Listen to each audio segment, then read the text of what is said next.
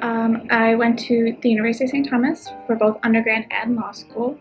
I was a poli-sci international studies major in undergrad, and then went straight to law school and took a year off and then came here. They always say that you're going to find your little area that you're going to really love and then you're set. And within law, I never found that. But when I was given upper level independent research that we can do when we get closer to graduation, I kind of, without meaning to, discovered maternal health as a field. And so I went into maternal mortality and that as a human rights and then international human rights. So that's how I skewed it to be law related. I had to somehow make it law related. And diving into that, I was like, this is so much more what I want to learn about and do. And so I started digging into, well, how do I do that? And then public health and the schools of public health came up. I was like, oh, that's what I want to do.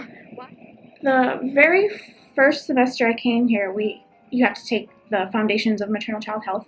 And within it, one of our speakers came in and she was a researcher, Dr. Rebecca Schlafer. And she talked about all her work with the Minnesota Prison Doula Project.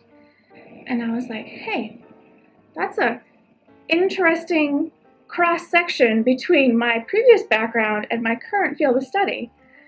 So I talked to her and I said, I think I would be really useful for your project.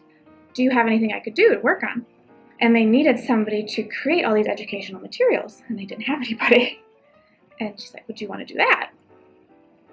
Okay. And it turned out to be a giant, well, not giant, but a 70-page book is what it ended up being, of prenatal education, all about, your birth and what it's like to be pregnant in prison and how to, what the system's like in there. And it took a long time, but it's now published and printed and being sent off to moms. So that's really exciting. And once that big project was done, I stayed on because they knew me and knew that I could do things.